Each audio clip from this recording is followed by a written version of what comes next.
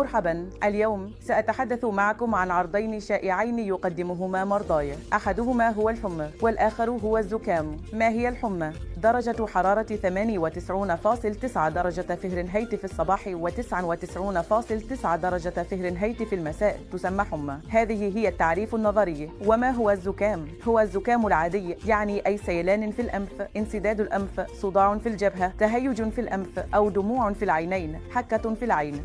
كل هذه الأعراض تسمى أعراض شبيهة بالإنفلونزا والتي تدل على الزكام العادي. يمكن أن يكون لدى المرضى حساسية أو عدوى بسببها يظهر لديهم هذا العرض. التعديلات في نمط الحياة التي يوصى بها لمنع تكرار الزكام أحدها التباعد الاجتماعي، والآخر ارتداء الكمامة وتحسين جهاز المناعة بتناول نظام غذائي صحي يحتوي على الخضروات الورقية الخضراء، تجنب النظام الغذائي العالي بالكربوهيدرات، زيادة تناول البروتين يومياً، وممارسة النشاط البدني اليومي.